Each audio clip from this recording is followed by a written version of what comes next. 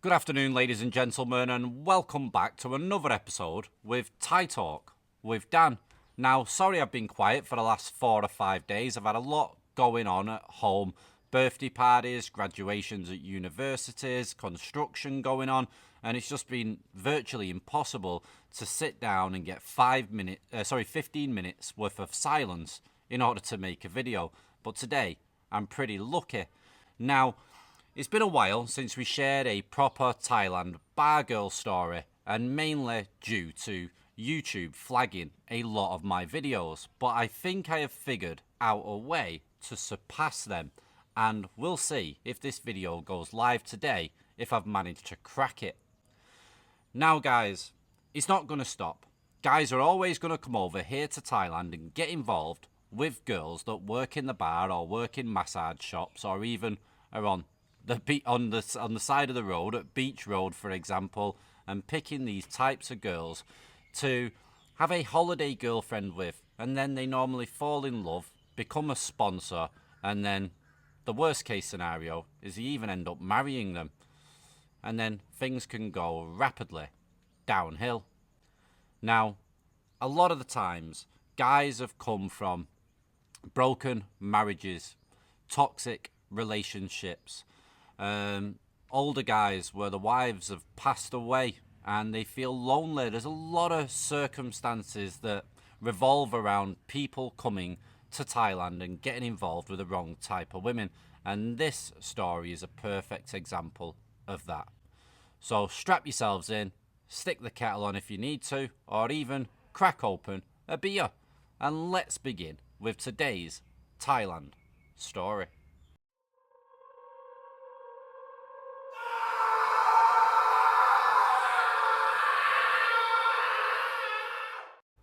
Hi Dan, I discovered your channel a few months ago and think it is great. I have nearly caught up on all your old videos. I guess you get so many Thai bar girl stories, and mine is just another, but I need someone to tell it to who would understand. So here it is. This is my Thai bar girl story. But first though, I should explain about myself and how I ended up in Thailand. I know my backstory is a bit tedious, but it helps to explain how I was just an accidental tourist and did not go there seeking jiggy jiggy. I am an Australian, 67 years old, moderately wealthy and retired. My Thai bar girl story started last May, but first my backstory to explain how I came to be in Thailand. Meeting bar girls in the first place. I had been married for nearly 40 years to a beautiful woman who truly loved me and I her. 8 years ago, she passed away from cancer when I was 59, and I was totally devastated. I considered killing myself for quite a few months as I could see no future for me alone. I had to stop work because of my wife's illness, and after she died, I could not think of any reason to go back to work or find another job. I had enough money. I guess I wallowed in my self-pity and alcohol for a long while. I tried to travel to alleviate the loneliness, but being alone in strange cities in a bleak hotel room was worse. The loneliness and being by myself every night was killing me. I had been going out for meals about 3 or 4 times a year. A lady around my own age who had been my sister's neighbour. Nothing more than meals and an excuse for me to get out. Last Christmas, when I was taking her to dinner, she held my hand and suggested we start a relationship. I did not love her or really feel any attraction for her, but I just wanted to stop the loneliness, so I said yes. She moved in with me, and that was when I discovered that she was a psycho. She tried on numerous occasions to boss me around. Eventually, I protested about her behaviour, and then she flew into the bedroom, not to be seen again until morning. I had had enough and told her so. This time, she grabbed her cat, got in her car, and left. I tried to be an adult about the whole thing and texted her to say that it had not worked and I would pay for her to move out. She said she was not coming back to the house while I was there. So, that was the situation I found myself in last May. I knew I had to get out of the house for a few weeks to get away from her and to let her move out. I had friends in Bali I had been meaning to visit for years, but when I texted them, they told me that they were in Europe on holiday. I told my sister about my situation, and she suggested that I fly up to Bangkok and keep my nephew company. He was up there getting dental surgery and would be there for another 4 weeks. Even though I am not that close to my nephew, I thought it was a good idea and flew to Bangkok. Now, I had been to Bangkok once before in 1984 when I stopped there for 5 days on the way home from Europe and hated the place and still think it is an ugly city. Me too. So after 4 days in Bangkok with a nephew recovering from dental surgery, I had enough and suggested we go down to Pattaya for a break. It was only a 2-hour drive away from his hospital if he needed to get back urgently. All I knew about Pattaya was that it was some sort of holiday resort. When I got there and I saw the bars and the bar girls, I thought this could be a mistake, because that sort of thing does nothing for me. I just do not find those girls attractive. In Pattaya, my nephew was drinking all night and sleeping all day, which was pretty boring, but I think he still had a lot of pain from his dental surgery. So on the second day there, just to fill in time and get away from the hotel room, I went to a non-bar girl bar on Beach Road about 2 p.m. and decided to drink. After 4 hours of drinking, I went back to the hotel to see if my nephew was awake and to go to eat with him. Big mistake. Instead of finding a restaurant, he kept on taking me to bars for just one more beer, and then in the last bar around 10 p.m, he invited 2 bar girls over for lady drinks and suggested we take them back to our hotel. I said no, but in the end, because I was drunk, he won out, and one of the girls was put in my room back at the hotel. Not much happened apart from a naked shower, followed by a kiss and cuddle, and me passing out. At 5 the next morning, when she was getting ready to leave, I apologised to her for being so drunk and asked her out to dinner that night to make up. And that is where my story really starts. Her name was Nida, and she was 38 years old and could speak very little English, but she was very cute.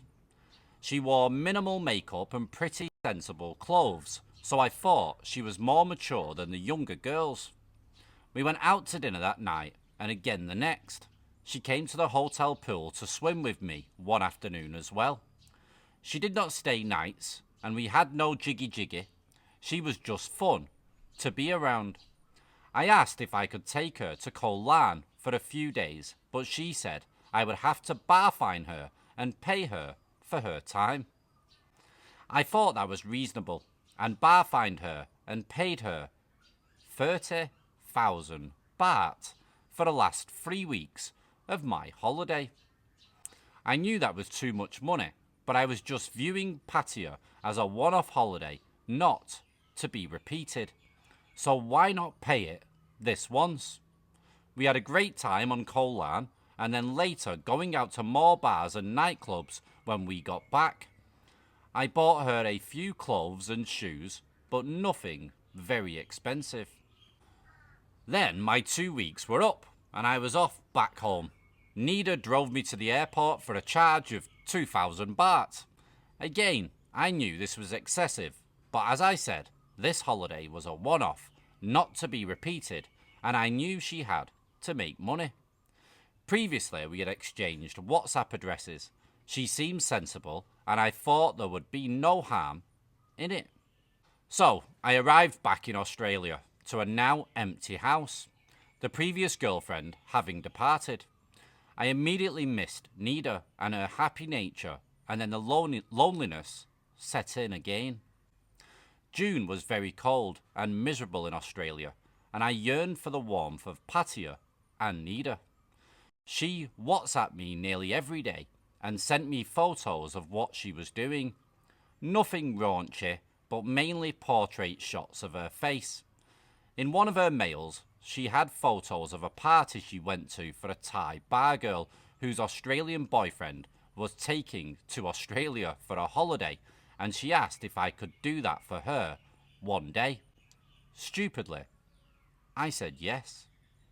So, at the end of June, I thought to myself, what the hell are you doing sitting here in a cold and lonely house? You have plenty of money. Go back to Thailand and enjoy yourself. So I texted Nida and asked if she would like to do a road trip for a few weeks around Thailand. And of course, she said yes.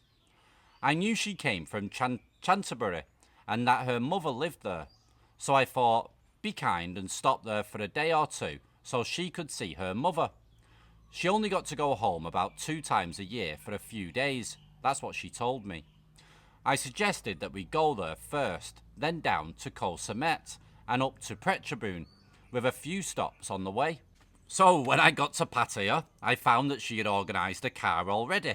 She had arranged to get her aunt's fairly new 4x4 and said it would be 15,000 baht. I thought that was cheap, until at the end of our journey, she said I had to pay another 15,000. She said no need to pay a bar fine for her and that she only wanted 30,000 baht again. Though, at the end of our trip, she wanted another 20,000 baht. Our first stop on the road trip was Rayong, where she had lived and worked for a few years doing an office job. She chose it and had already booked a hotel. That night I was informed we would be meeting her friends and her brother for dinner. Her friends were nice, a husband and wife she had gone to school with. Her brother was a young, gawky nerd, about 22, who did not speak and just sat there all night, not drinking, playing with his phone. Surprise, surprise though, his birthday was the next day and I had to put 1,200 baht in an envelope for him, as well as paying for the food and drink for us all. Welcome to Thailand. After one night in Rayong, we went to Koh Samet, where we spent 3 nights in a 5-star resort, and we had a great time. After we left Koh Samet though, she changed and became distant, and said I did not understand her. She became worse when we got to Canterbury. She said that she did not want to stay in the hotel with me that day, and left as soon as we checked in, but she left her bags in the room. So I knew she would be back. I could not understand the reason for any of this, so during the day I texted her and said take me back to Pattaya and I will fly home. She came back to the hotel that evening and I took her out to a music lounge that night, and she seemed back to her old happy self, remembering her university days there. She arranged to meet the friends from Rayong. I had bought a meal for the next night as they were in Canterbury. To cheer her up, I paid for a room for them for the night at our hotel, and we all went out for a meal, music and drinks. I paid, of course. We had great jiggy that night too, as she just jumped on me as soon as we got back to the room. The next day I asked her where she had gone the previous day when she had left me alone in the hotel room. She said to see an old uncle who lived in Canterbury. I said let's go visit him, but she said no, he is busy today. At the time I accepted that story, but now I am thinking that she feigned the whole you don't understand me stuff so she could hook up with an old boyfriend. Her mother, who was 65, lived 70 kilometres north of Canterbury, and we visited for 2 days, staying in a motel nearby. I had to pay for 2 rooms as Nida said her mother did not know she was a bar girl and it would not be right for us to share a room. So she collected her niece and slept with her. Included in the family package were an aunt and uncle who had a 9-year-old daughter, the one Nida had in the room with her. A party was scheduled and I paid for the food and the alcohol. I was not worried as they were nice people and I enjoyed myself and got a chance to see rural Thailand. So then off we went to national parks, nature walks and waterfalls. Beautiful scenery, great hotels, and she seemed happy for a while, though still keeping her distance and no hugs or kisses. It was during this time that she told me that she had a period, so I put her strange behaviour down to that. She had not mentioned it before, but after 4 days she wanted to go back and see her mother again. So it was another drive, another 2 hotel rooms and another party that I paid for. This time there was her sister and brother from Pattaya there as well. I think I even paid for their hotel room, but can't remember now. After 2 nights back with her relatives, we struck out north to Phetchabun. Her relatives were nice, but none of them spoke English, and I was just left to sit there and watch, so it was very boring and tedious. Phetchabun was great, and she seemed happy enough. Kisses and cuddles started again, but no sex. Her 2 friends I had paid for in Rayong and Canterbury lived there, so it was another lunch with them and another bill for me. For Lang always pays. After 4 days there, moving around a bit, we did the long 7-hour drive back to Pattaya. She did not speak to me unless she had to and tried to ignore me. I was starting to get very annoyed with this on again and off again behaviour and just ignored her too. When we got back to my Pattaya hotel, she extracted the aforementioned 20,000 baht for her and another 15,000 baht for the aunt's car. I paid up because I just wanted to be rid of her. Then she went back to her apartment for the night, saying that she needed to get her washing done. So the next day we drove to see her sister and brother-in-law, who we had met in Canterbury. They lived in North Pattaya. They both are very nice people and were obviously middle class as they lived in a brand new townhouse and he had a white-collar job. Back at my hotel, she started to tell me about a nail technician's course she wanted to do so that she could leave the bar. I thought maybe she has realised that she will be 40 in just over a year and that the bar girl game was for a younger woman and she was trying to be more normal. So, dumb me, wanting to help her, paid up 30,000 baht for the course.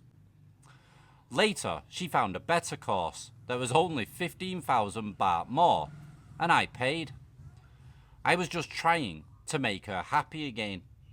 We went out to eat, and she seemed happy.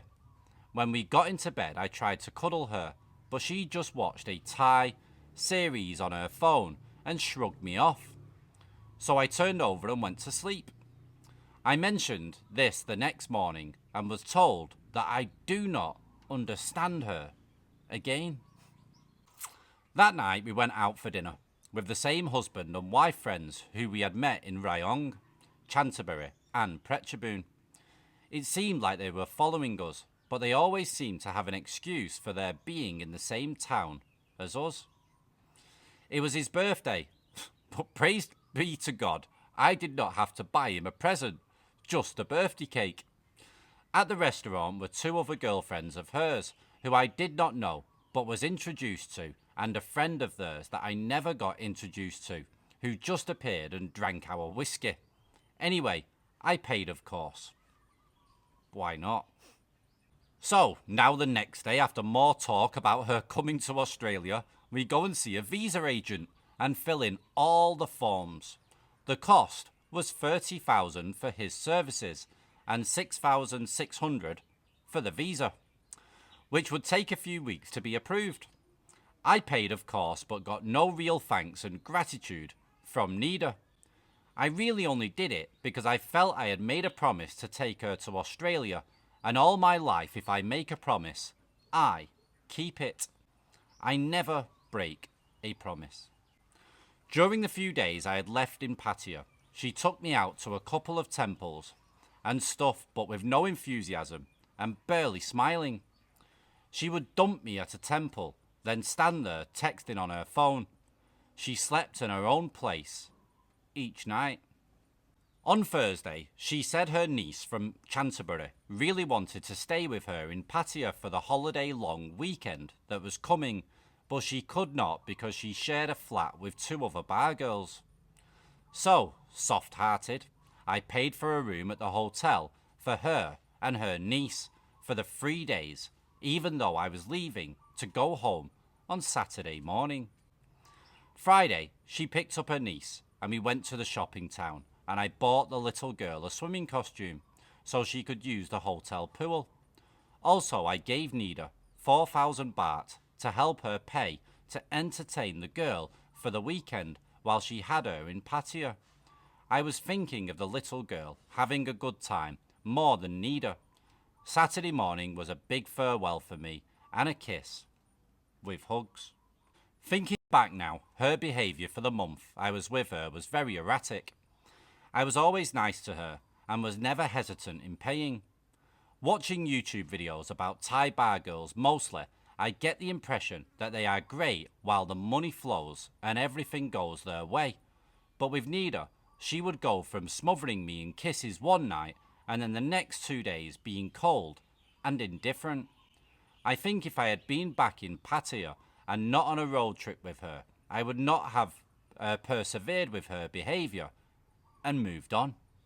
So, back in Australia, the texts came every day. Photos of her niece, photos of her going to nail school, photos of the nails she made. I even got called in the text darling and dear with heart-shaped emojis on the bottom of the message. I also got sent slideshow photos of us together, hugging and kissing, with background music she had put together. She kept on giving hints in her texts about how tired she was, going to work at the bar all night and school the next day, twice a week, and other days studying. Even how much it cost in the taxi to get to the nail school, but basically I ignored her as I could see where she was going with this line of discussion. Finally. Then she said she would only work in the bar from 7 p.m. until 2 a.m. because she was so tired, but now would not get a salary from the bar, only her cut of the lady drinks. Other income from the bar was not mentioned, if you know what I mean. Then I got a text saying, "Darling, can you send 20,000 baht? It is my mother's birthday and I have to give her money, and because I am not working as much in the bar, I do not have it." Yes, I did send it to her, and I do not know why. Maybe I was buttered up with all the darlings and dears and thought that she was back to the old Nida from my first trip. On the 11th of August, she got her visa to Australia approved, but it had to be used by the 9th of November, so she only had less than 3 months to arrive here. I tell her to book a ticket and I will pay. This was me keeping and fulfilling my promise to get her to Australia. Then I send her 45,000 baht to pay for the ticket. I know the airfare is around 37,000, but she can keep the change. A whole 7 days goes by and she does not mention buying a ticket. I think she is going to say she had a family emergency and had to spend the money.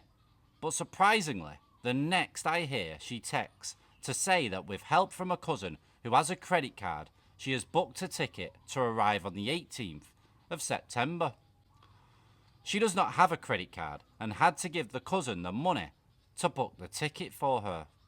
Then I became sort of excited, looking forward to seeing her, and started to plan where I will take her after she arrives. I know that I will have to send her some money about a week before the trip, and of course give her money while she is here with me. but I factor that in.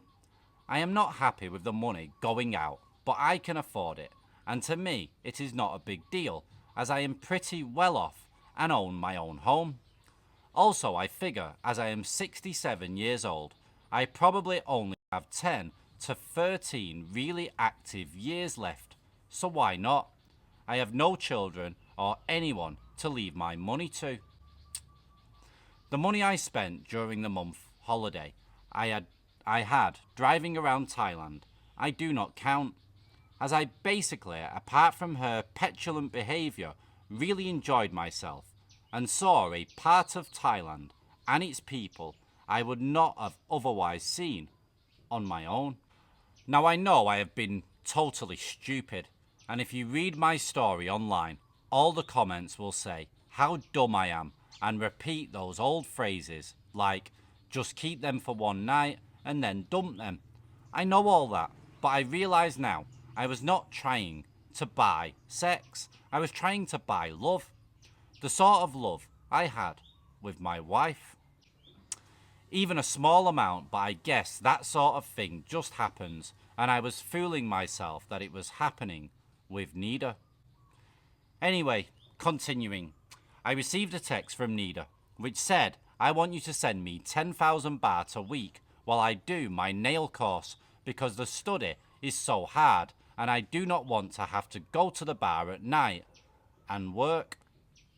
I said, no, as I do not want to start sponsoring you, but said there is just over 3 weeks till you fly to Australia, so I will send you 30,000 baht and that is it until you get here.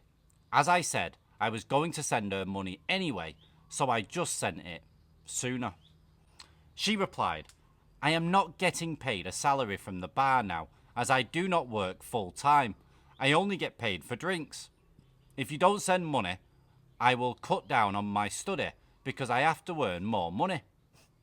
I sent her a newspaper article about how much Thai bar girls earn a month in salary, which it says is around 30,000 baht. So, she replied and said, do you want me to go out with customers? Thai bar girls are not all the same, but if you are judging me by YouTube, I cannot say anything because you still think I am just a bar girl. So now I will do it like all the other girls in the bar do. A bit of blackmail, I guess. Send me money or I go with other men, I replied. We will talk about it when you are in Australia, and that is the last I have heard from her. I am getting the silent treatment now. One thing has changed though since those texts from her. Instead of the weekends away at beach resorts and fancy restaurants that I had planned, now it is country drives and meals in the food court at local shopping centres. Right now, I could not care if I never hear from her again or if she comes to Australia. I will not text her, so I am waiting now to see what happens. She has told her family and all the other bar girls that she has a visa and is coming to Australia, so if she doesn't, it will be a big loss of face. As I will not text her, it will be interesting to see when she finally sends me a message. I find the whole Thai bar girl way of thinking so warped and so different to normal people, and wonder if they ever achieve long-term happiness and contentment. No. Feel free to tell me what you think about this whole ridiculous fiasco I have gotten myself into. Actually, I would like you to try and explain it to me if you can, because I cannot understand what happened. Why did she change from the loving, always friendly girl I knew on my first trip into a moody and at times horrible creature on my second? Especially try to explain Nida running hot and cold when she was getting everything she wanted and I was friendly, non-aggressive and always polite. Maybe I am what younger people call a simp, and reading this story I realise I was a classic simp and am disgusted with myself. What do you think? There is always a silver lining to any story though. I wanted something positive in my life after that road trip with Nida and needed a change. Somehow, I worked out that the easiest thing to change was myself. So after I came home, I cut out drinking, joined a gym, and am now eating heaps of vegetables like the Thai diet. I have lost kilos, feel fitter, sleep better, and all my old pants are too big for me now. So I have invested in new modern outfits and ditched the jeans. Friends keep on telling me that Thailand must have agreed with me because I look so fit and healthy. In short, I have become more positive about myself and life. Good on you, mate. Good to hear. I know I have left you with an incomplete tale and probably should have waited until neither did or did not arrive in Australia, but I just wanted to get things off my chest and have no one else to tell this story to. Also, any constructive advice about what I should do in the future if she does fly here would be appreciated. I promise though that I will send you an ending to this tale in about 2 months' time. Please don't use my real name if you read this story out. I know how stupid I am, but the whole world does not have to know. Call me Bill or John. Right, thanks for your detailed email. It was a very, very long story, and I will say, I'm not going to go on too much. Don't beat yourself up too much, yeah? You was with the love of your life, and unfortunately, she passed away. And I can understand a little bit about that feeling of loneliness that you have and so many other men have all around the world. And you are the type of person, in all honesty, that I want these stories to go out to. I want you to listen to these stories before your own story begins. Now, it's not about being wealthy and having loads of money. It's about allowing others to take you for a ride. And it's not respectful, it's not nice, and it's horrible. And believe you and me, this woman is all out for the money. A lot of these bar girls will get mood swings. They will have bipolar and they will have narcissistic qualities. So if you want to understand neither better, do a bit of research on narcissism. It seems to be an epidemic within that type of industry. So check it out and do some research. This woman works in a bar and you always will be her customer. She will always want more and more, and she will always play you like a fiddle for more and more money. She keeps trying to accumulate as much money as she can from you, and she'll get mood swings and she'll get angry. She'll give you the silent treatment when you're not offering to pay this or pay that, or to say, Nida, I love you, please marry me, or Nida, I'm going to sponsor you 50,000 baht per month. She wants to hear stuff like that from you, and then she'll be all sweet and cute just like before, but only for a little while. They will always go back to being moody. And the best way for you to understand it is imagine yourself being with a woman that you don't particularly want to be with, yeah? But you have no choice. You've got nowhere to live. You've not got a roof over your head. You need food. I know it's a different example to her, but in order for you to get your head around how this type of woman thinks, it's best to do it from this perspective. And imagine being with that woman every single day and having to be nice, otherwise she'll kick you out of the house and you won't have a roof above your head and you won't have food in your stomach. So you have to be nice and cute, say, but she's horrible and you don't particularly like her, you don't like her company. Every now and again, if you spend a lot of time with that woman, being with her every day, you're going to get fed up and you're going to get angry, you're gonna flip out on her sometimes. It's hard to be fake constantly for any human being. It's impossible to constantly be fake, especially with someone that you don't really respect and you don't particularly like. And I know that's quite a hard pill to swallow, but I try to be straight down the line as best as I can with these types of girls, because I do understand these type of women very well here. Not because I've been with like loads of bar girls, they're not really my scene. I just know a lot. I've sat and spoke to them because they've understood that I'm not really going to be a customer, so they're happy to open up. You know, I tell them that I've in Thailand for quite a few years. I'm here full time. I've got a Thai wife or whatever. So then they feel, well, yeah, there's no chance for you. So they just get friendly. You live here. You seem friendly towards them. You seem on their side. No problem. Yeah, hustle the foreigners or whatever. And when you lull them into a false sense of security, you get a lot of good feedback from these girls on what they're up to and how they really truly think about foreigners here. You're just a customer and you're just a guy to make money from. You are why they are sat in that bar every day. They want to meet someone that can potentially be their holiday girlfriend or long-time girlfriend, and they can constantly hustle you for as long as possible to get as much as possible out of you. So the only advice I would give you right now, because this is quite a long video, is for you to just cut your losses now. Don't bring her to Australia. All you're going to get is problems after problems after problems. She wants to go here, she wants to go there, she wants to buy this, she wants to buy that. You're going to get more stories and she's going to play you even harder. Yes, you can afford it. And I understand what you say about that you've only got so many years left in you and that kind of stuff. But don't spend those years with a toxic woman like this. You've got money in your pocket. So I don't normally say this to people, but you say you've got plenty of money.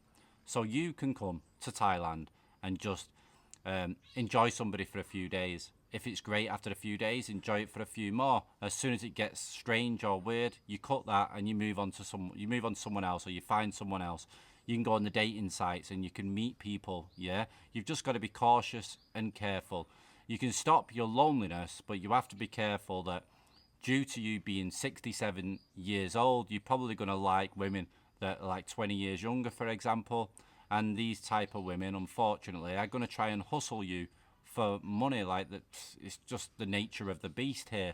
Unless you get out of the tourist areas, you're living over here in Thailand, and you happen to meet just some normal woman that's got a normal job, and you get lucky.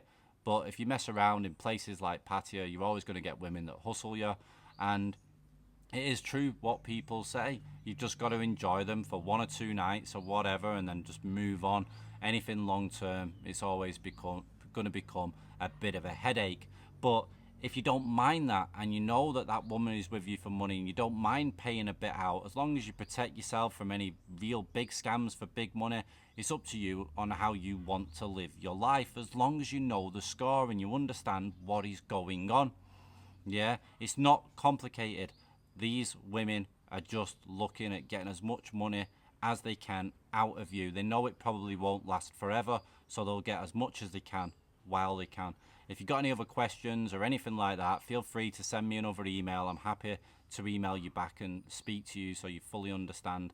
And if anybody who's watching can give this guy a little bit of advice, then please put your comments down below and help him, as he does seem like a very nice bloke. And yeah, he's just lonely and wants company. And unfortunately, he chose a toxic one, like many men do, you know. It happens, guys.